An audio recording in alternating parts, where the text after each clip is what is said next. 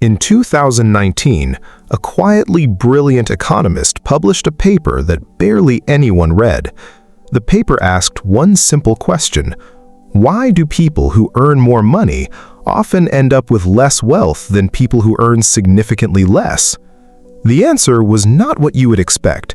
It had nothing to do with income, nothing to do with luck, nothing to do with the stock market.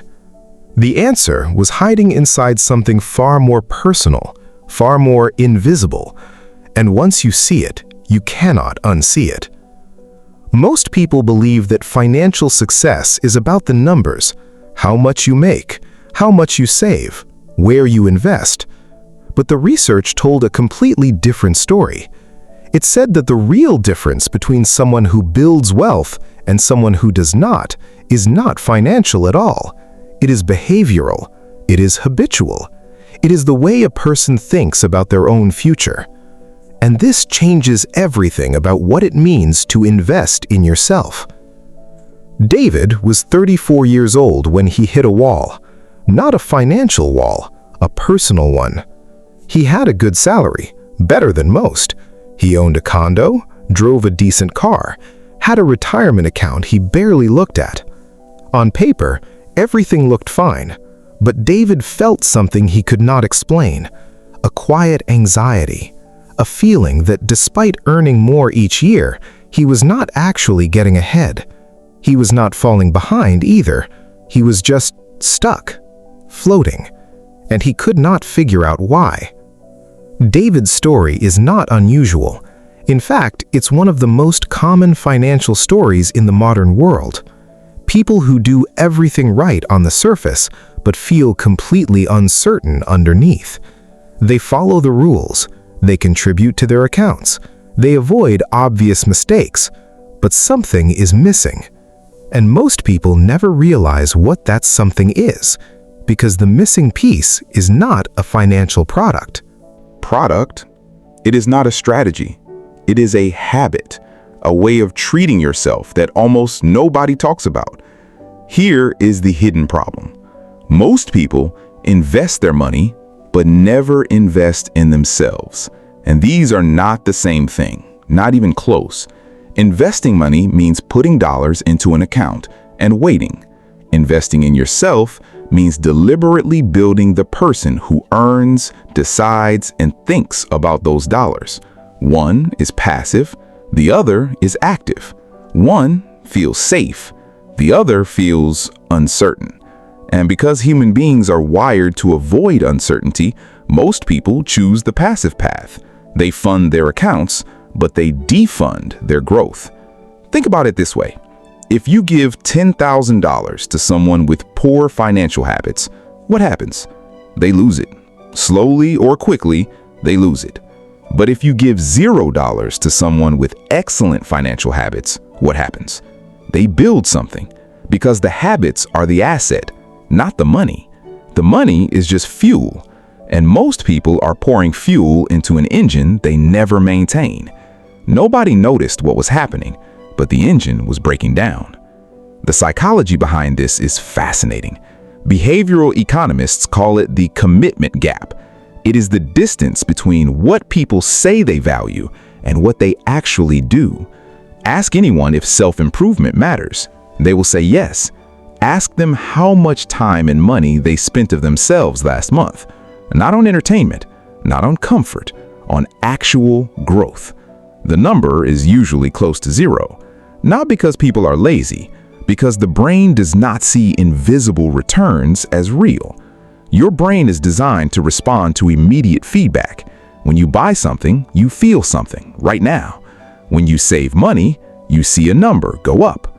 But when you read a book, learn a skill, or change a thinking pattern, the return is delayed, sometimes for years. The brain files this under low priority, so people keep doing what feels productive in the moment, checking portfolios, reading market news, moving money around. And none of it moves the needle, because the needle is attached to the person, not the portfolio. There is a second psychological force at play: status bias. People want to look like they are doing well more than they actually want to do well. So they optimize for appearance, the right broker, the right app, the right talking points at dinner, but they avoid the unglamorous work, the inner work, the habit work, the slow, invisible, unshareable process of becoming someone who handles money differently. Because you cannot post that on social media. You cannot brag about it at a party. So the brain deprioritizes it, and the gap between appearance and reality grows wider every year. History tells this story over and over again. In the 1920s, thousands of people poured money into the stock market. Few of them invested in understanding the market. When the crash came in 1929, the people who survived were not the ones with the most money. They were the ones with the most knowledge, the most emotional control, the most patience. These are not financial traits, they are personal traits. Warren Buffett once said that the best investment you can make is in yourself. But most people hear that as a nice quote and move on. They do not realize he was describing the exact mechanism that made him wealthy. Look at the data from the Federal Reserve. The average American household income has risen significantly over the last 40 years, but the average net worth has not kept pace. The gap between earning and keeping is widening. Economists point to inflation, costs, and systemic factors, all real, all important, but they miss the behavioral layer. People are earning more, but thinking the same way they did when they earned less. They upgraded their lifestyle, they did not upgrade their mind. And that's the invisible leak. The money flows in, the money flows out. The person in the middle stays the same. This is where the story changes. David, the man who felt stuck, did something unexpected. He stopped looking at his finances. Not forever, just for a while. Instead, he started looking at himself, his habits, his patterns, his reactions to money, what he felt when he spent, what he avoided when he saved, what he feared when he thought about the future. He realized something that most people never realize. The problem was never only money. It was the way he thought about money. And that thinking had been running on autopilot for over a decade. This is the turning point that most financial content never reaches, because financial content is designed to teach you about money. But money is not the subject. You are the subject. Your habits are the subject. Your beliefs about risk, worth, and future are the subject. When David understood this, everything shifted. Not overnight, not dramatically, but quietly, permanently. He started making different decisions, not because someone told him to, but because he had become a different person making them. So what does investing in yourself actually look like? It is not complicated, but it is specific. First, it means investing in your physical energy, because every financial decision you make is affected by your energy level. Tired people make impulsive decisions. Well-rested people make deliberate ones. Sleep, movement, and nutrition are financial tools. Most people do not see them that way, but the research is clear. Your cognitive performance directly impacts your financial performance. Second, it means investing in your knowledge deliberately, not casually, not by scrolling, but by choosing one area of understanding and going deep. Tax strategy, negotiation, behavioral psychology, compounding, risk assessment. Pick one, study it for 90 days. You do not need to become an expert. You need to become dangerous. Dangerous enough to stop making obvious mistakes. Dangerous enough to ask better questions. Dangerous enough to see what others miss. Third, and this is the one that changes everything. Investing in your identity. Not your image, your identity. The way you see yourself at a deep level. Most people see themselves as someone who tries to be good with money. That identity is fragile, because trying implies you might fail. The shift happens when you move from trying to being. I am someone who thinks long-term. I am someone who delays gratification. I am someone who invests before I spend. This is not positive thinking, this is identity architecture, and it is the most powerful financial decision you will ever make.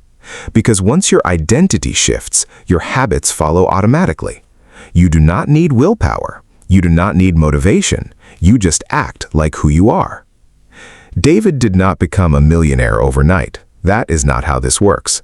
But 3 years later, his financial life looked completely different.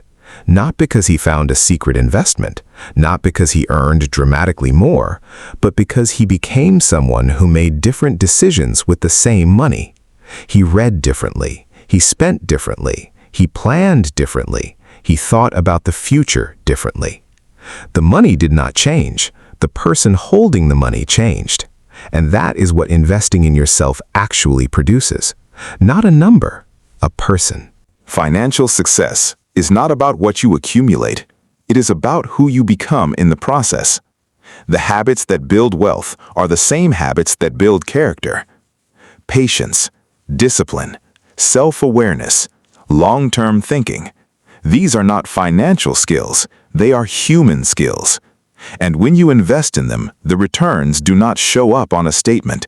They show up in your life, in your confidence, in your decisions, in the way you handle uncertainty, in the way you raise your children, in the way you show up every single day.